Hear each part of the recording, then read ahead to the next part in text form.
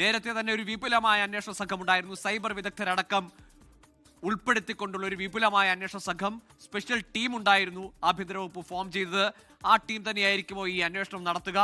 ഇനി ഒരു മൊഴിയില്ല, പരാതിയില്ല എന്ന ഒരു പ്രശ്നം, അല്ലെങ്കിൽ ആ അന്വേഷണ സംഘം നേരിട്ട ആ വെല്ലുവിളി അപ്പാടെ മാറുകയാണ്. ഗോകുൽ, ഉറപ്പായിട്ടും. കാരണം ഇതുവരെയും പരാതിയില്ല, മുഖമില്ല, പരാതിക്കാരിയില്ല. ആരാണ് പരാതിക്കാരി, എന്താണ് നിയമ നടപടിയൊക്കെ എന്ന് ചോദിച്ച രാഹുൽ മാങ്കൂട്ടത്തിലും കോൺഗ്രസിനും ഏറ്റ വലിയൊരു തിരിച്ചടിയായി നമുക്കിതിനെ കണക്കാക്കാൻ കഴിയും. മാത്രമല്ല, ഗോകുൽ സൂചിപ്പിച്ചതുപോലെ, ചോദിച്ചതുപോലെ ഇനി ആരായിരിക്കും ഈ അന്വേഷണം എന്നുള്ള കാര്യത്തിൽ ഇപ്പോൾ നമുക്ക് ഉറപ്പിച്ച് പറയാൻ കഴിയില്ല. കാരണം ഈ പരാതിയുടെ, ഈ കേസിന്റെ ഗ്രാവിറ്റി മറ്റൊരു തരത്തിലേക്ക് മാറിയിരിക്കുന്നു. കാരണം മുഖ്യമന്ത്രിയുടെ മുൻപിലേക്കാണ് ആ പരാതി വന്നത്. ആ പരാതി ക്രൈംബ്രാഞ്ച് മേധാവിയായിട്ടുള്ള എച്ച് വെങ്കടേഷനിലേക്ക് കൈമാറുന്നു.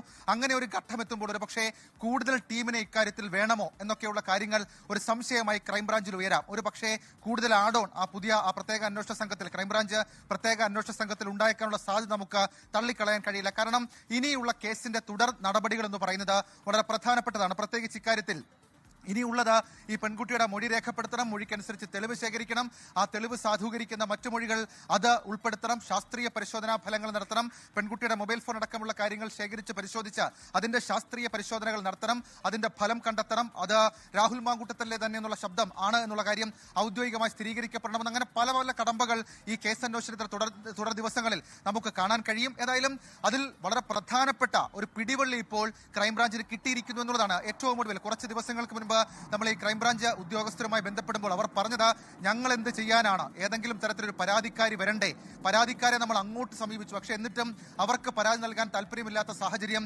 ഉണ്ടായിരുന്നു എന്നൊക്കെ അവർ പറഞ്ഞിരുന്നു. പക്ഷെ അപ്പോഴും അവർ നൽകിയൊരു സൂചന, ചില ആളുകൾ ഇതുമായി ബന്ധപ്പെട്ട് പരാതി നൽകാൻ അവർ തയ്യാറാകും എന്നുള്ളൊരു പ്രതീക്ഷ ക്രൈംബ്രാഞ്ച് വെച്ചിരുന്നു. ആ പ്രതീക്ഷയുടെ അവസാനമാണ് ഇപ്പോൾ ഇങ്ങനെ ഒരു നീക്കം അത് നടന്നിരിക്കുന്നത്. ഈ പെൺകുട്ടി നിലവിൽ ഇപ്പോൾ ഈ നൽകിയിരിക്കുന്ന പരാതിയിൽ പീഡനമുണ്ടോ അതോ ഗർഭചിത്രമാണോ എന്നൊക്കെയുള്ള കാര്യങ്ങളിൽ കൂടുതൽ തെളിവുകൾ പുറത്തേക്ക് വരണം. മാത്രവുമല്ല, അവസാനം പുറത്തു വന്നിട്ടുള്ള വാട്സപ്പ് ചാറ്റിലും ശബ്ദരേഖയിലും പറഞ്ഞിരുന്നത് ഈ ധരിക്കാൻ പ്രഷർ ചെയ്തതും രാഹുലാണ്, ഗർഭചിത്രത്തിന് പറഞ്ഞതും രാഹുലാണ്. അപ്പോൾ ഈ കേസിന്റെ കോണ്ടെക്സ്റ്റ് തന്നെ മാറുന്ന സാഹചര്യത്തിലേക്ക് ഇക്കാര്യങ്ങളൊക്കെ പോകും. ഏതായാലും ക്രൈംബ്രാഞ്ച് സംഘത്തിലേക്ക് പരാതി എത്തുമ്പോൾ അടുത്ത നിമിഷം മുതൽ അവർ തുടർ നീക്കത്തിലേക്ക് കടക്കും. മാത്രവുമല്ല, ഈ പെൺകുട്ടിയുടെ പരാതിക്ക് പിന്നാലെ മറ്റാരെങ്കിലും പരാതിയുമായിട്ടൊക്കെ എത്തുമോ എന്നൊക്കെയുള്ള ചോദ്യങ്ങൾ അത് സമൂഹ മാധ്യമങ്ങളിലടക്കം പല കോണുകളിൽ ഉയരുന്നുണ്ട്. ഏതായാലും രാഹുൽ മാങ്കൂട്ടത്തിന്, കോൺഗ്രസിന് ഈ രാഹുലിന്റെ സോഷ്യൽ മീഡിയയിലെ അനുഭാവികൾക്കടക്കമേറ്റ ഒരു വലിയ തിരിച്ചടിയായി ഇതിനെ കാണാൻ കഴിയും. കാരണം ഇക്കഴിഞ്ഞ ദിവസങ്ങളിലൊക്കെ നമ്മൾ കണ്ടതാണ്, ഈ പെൺകുട്ടിയെ പോലും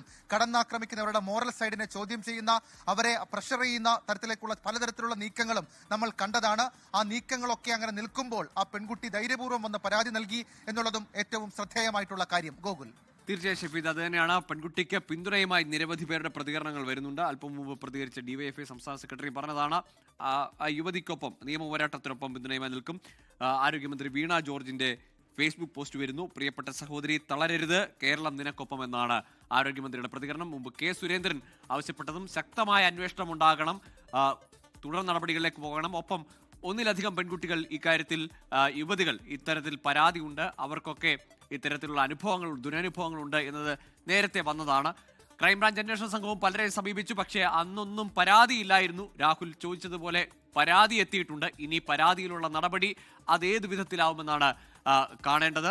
ഇപ്പോൾ ഏതായാലും കോൺഗ്രസ് നേതൃത്വത്തെ സംബന്ധിച്ചിടത്തോളം വലിയ പ്രതിസന്ധിയിലേക്ക് പോകുന്നു, അല്ലെങ്കിൽ പ്രതിരോധത്തിലാവുന്നു. പ്രത്യേകിച്ച് ഈ അടുത്ത ദിവസങ്ങളിൽ പാലക്കാട് ഇറങ്ങി 2 കാലിൽ നിൽക്കാൻ കഴിവുള്ളിടത്തോളം കാലം പ്രചാരണത്തിന് ഞാൻ ഉണ്ടാകും എന്ന് പറഞ്ഞ രാഹുൽ മാങ്കൂട്ടത്തിലാണ് ഇപ്പോൾ ഒരു കൃത്യമായി രാഹുലിനെതിരെ ഒരു പരാതി അത് മുഖ്യമന്ത്രിയുടെ മുന്നിലേക്ക് എത്തിയിരിക്കുന്നത്.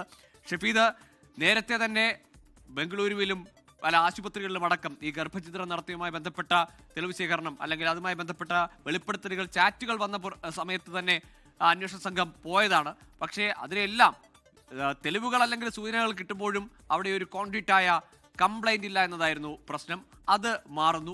മുമ്പ് സൂചിപ്പിച്ചതുപോലെ സോഷ്യൽ മീഡിയയിൽ ഈ കഴിഞ്ഞ ദിവസങ്ങൾ കണ്ടത് ഫ്ലഡ് ഷെയ്മിംഗ് ആണ്. ആ പെൺകുട്ടി അല്ലെങ്കിൽ ആ യുവതിയെ ഇവർ ഇങ്ങനെ കൂടുതൽ ചാറ്റുകൾ പുറത്തുവിടുന്നു, ഇതൊരു സമ്മർദ്ദതന്ത്രമാണെന്നൊക്കെ പറഞ്ഞ്, ഇലക്ഷൻ തന്ത്രമാണെന്നൊക്കെ പറഞ്ഞുള്ള വലിയ അധിക്ഷേപമാണ് ആ യുവതിക്ക് നേരെ ഉണ്ടായത്.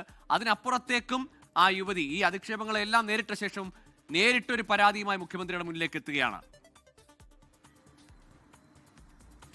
ഗോകുൽ, ഉറപ്പായിട്ടും അതാണ് ഞാൻ രാഹുൽ അനുഭാവികളുടെ സമൂഹ മാധ്യമങ്ങളിലെ ഇടപെടലുകൾ എന്ന് പറഞ്ഞത്.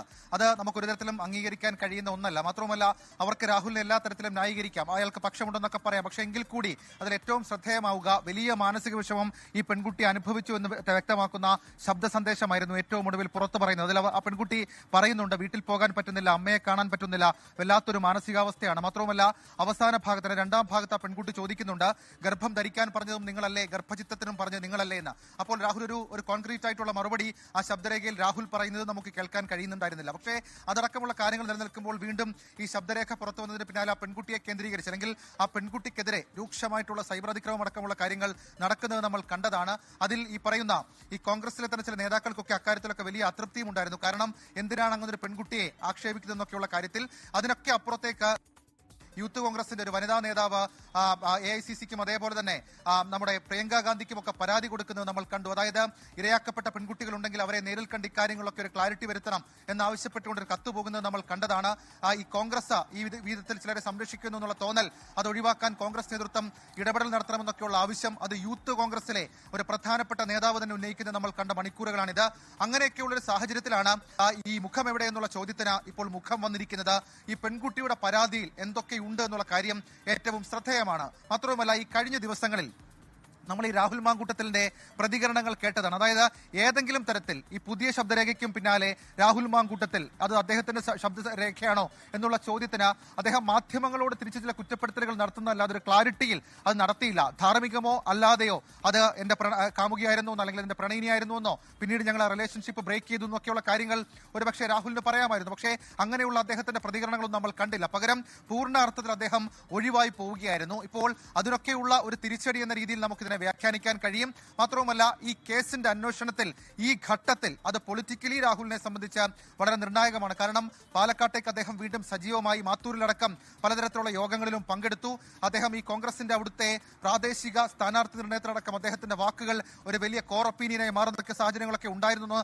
പാർട്ടിക്കകത്ത് തന്നെ അഭിപ്രായം ഉയർന്നതാണ്. മാത്രമല്ല, ഈ പുതിയ ശബ്ദരേഖ പുറത്തു വന്നതിന് ശേഷവും കോൺഗ്രസ് നേതാക്കളിൽ ചിലർ രാഹുലിന് പിന്തുണ അറിയിക്കുന്നതൊക്കെ നമ്മൾ കണ്ടതാണ്. അതായത് രാഹുലിനെതിരെ നടപടിയെടുത്തിട്ടുണ്ടല്ലോ എന്ന ആദ്യ മറുപടിക്ക് പിന്നാലെ ഏതെങ്കിലും പരാതിക്കാരുണ്ടോ എന്നൊക്കെ ചോദിക്കുന്ന കോൺഗ്രസിന്റെ തലപ്പത്തെ നേതാക്കളെയൊക്കെ നമ്മൾ ഈ കഴിഞ്ഞ ദിവസങ്ങളിലൊക്കെ നമ്മൾ കണ്ടതാണ്. അവരടക്കം ഉയർത്തിയിരിക്കുന്ന ആ വിഷയത്തിന് ഇപ്പോൾ ഒരു മറുപടി കിട്ടിയിരിക്കുന്നു. ആ പരാതിക്കാരി അതിജീവിത ഇപ്പോൾ പരാതിയുമായി മുഖ്യമന്ത്രിയെ തന്നെ സമീപിച്ചിരിക്കുന്നു എന്നുള്ളതാണ് ഏറ്റവും പ്രധാനപ്പെട്ട കാര്യം. ഇനി കേസിന്റെ അന്വേഷണം അത് നിർണായകമാണ്. രാഹുലിനെ സംബന്ധിച്ച് അദ്ദേഹം ഇപ്പോഴും ഫേസ്ബുക്കിൽ ആവർത്തിക്കുന്നത് പോലെ തന്നെ സത്യം ജയിക്കുമെന്നൊക്കെയാണ് അദ്ദേഹം പറഞ്ഞിട്ടുള്ളത്. അദ്ദേഹത്തിന് കോടതിയിൽ ചലഞ്ച് ചെയ്യാം. പക്ഷേ അതിന് മുന്നോടിയായിട്ടുള്ള ക്രൈംബ്രാഞ്ചിന്റെ നിയമ നീക്കങ്ങൾ അത് രാഹുലിന് വലിയ തലവേദന ഉണ്ടാക്കും എന്നുള്ള കാര്യത്തിൽ തർക്കമില്ല. അദ്ദേഹം ചോദ്യം ചെയ്യലിന് ഹാജരാകേണ്ടി വരും. ആ തെളിവ് ശേഖരണത്തിലടക്കം അദ്ദേഹത്തിന് തിരിച്ചടി ഉണ്ടാകാനുള്ള സാധ്യതയുണ്ട്. കാരണം ഇതിനോടകം തന്നെ പല ശബ്ദരേഖകളും പുറത്തു വന്നിട്ടുണ്ട്. മറ്റൊന്ന്, ഇനി കൂടുതൽ പരാതികൾ ഇക്കാര്യത്തിൽ വരുമോ അന്നൊക്കെ, അതായത് ഈ വിവാദത്തിന്റെ ആദ്യഘട്ടത്തിലൊക്കെ പലതരത്തിലുള്ള പരാതികൾ സൂചനകളായി പുറത്തു വന്നതാണ്. പക്ഷേ ആ പരാതികളൊക്കെ ഇനി പ്രത്യക്ഷമായി വരുമോ എന്നൊക്കെയുള്ളത് പലതരത്തിലുള്ള ചോദ്യങ്ങളായി ഉയരുന്നുണ്ട്. തദ്ദേശ തെരഞ്ഞെടുപ്പ് പടിവാതിക്കലെത്തി നിൽക്കുന്നു. അതിനപ്പുറത്തേക്ക് മാസങ്ങൾക്ക് ശേഷം നിർണായകമായിട്ടുള്ള നിയമസഭാ തെരഞ്ഞെടുപ്പ് വരാനിരിക്കുന്നു. അങ്ങനെയൊക്കെയുള്ള സാഹചര്യത്തിൽ കോൺഗ്രസിന് കൂടി ഏറ്റൊരു പ്രഷറായി നമുക്കിതിനെ കാണാൻ കഴിയും. രാഹുൽ മാങ്കൂട്ടത്തിൽ തന്നെ ഒരു തരത്തിലും സപ്പോർട്ട് ചെയ്യാൻ കഴിയില്ല എന്നുള്ള നിലപാട് അത് മാസങ്ങൾക്ക് മുൻപ് പ്രതിപക്ഷ നേതാവ് വി ഡി സതീശൻ എടുത്തതാണ്. പക്ഷേ അതിനൊക്കെ അപ്പുറത്തേക്ക് ഈ പ്രാഥമിക അംഗത്വത്തിൽ നിന്ന് രാഹുൽ മാങ്കൂട്ടത്തിനെ പുറത്താക്കിയെങ്കിലും അദ്ദേഹം പലതരത്തിലുള്ള ന്യായങ്ങൾ പറഞ്ഞ ഈ കോൺഗ്രസിന്റെ പരിപാടിയിൽ, അത് ഔദ്യോഗിക പരിപാടിയല്ല പക്ഷേ പ്രാദേശികമായിട്ടുള്ള അനൌദ്യോഗിക പരിപാടികളിലൊക്കെ അദ്ദേഹം പങ്കെടുക്കുന്നത് നമ്മൾ കണ്ടതാണ്. അങ്ങനെയൊക്കെയുള്ള കാര്യങ്ങൾ ഇനിയിപ്പോൾ എങ്ങനെ അതിനെ പ്രതിരോധിക്കുമെന്നുള്ളതും ഏറ്റവും ശ്രദ്ധേയമായിട്ടുള്ള പൊളിറ്റിക്കൽ ചോദ്യമായി ഉയരുന്നുമുണ്ട്. ഗോകുൽ, ലോകത്തെവിടെയായാലും ഏത് സമയത്തും 24 വാർത്തകളും ഓഗ്മെന്റഡ് റിയാലിറ്റി പാക്കേജുകളും എക്സ്പ്ലെയിനറുകളും വിശദമായി കാണാൻ ഞങ്ങളുടെ യൂട്യൂബ് ചാനൽ നിങ്ങൾക്ക് സബ്സ്ക്രൈബ് ചെയ്യാം.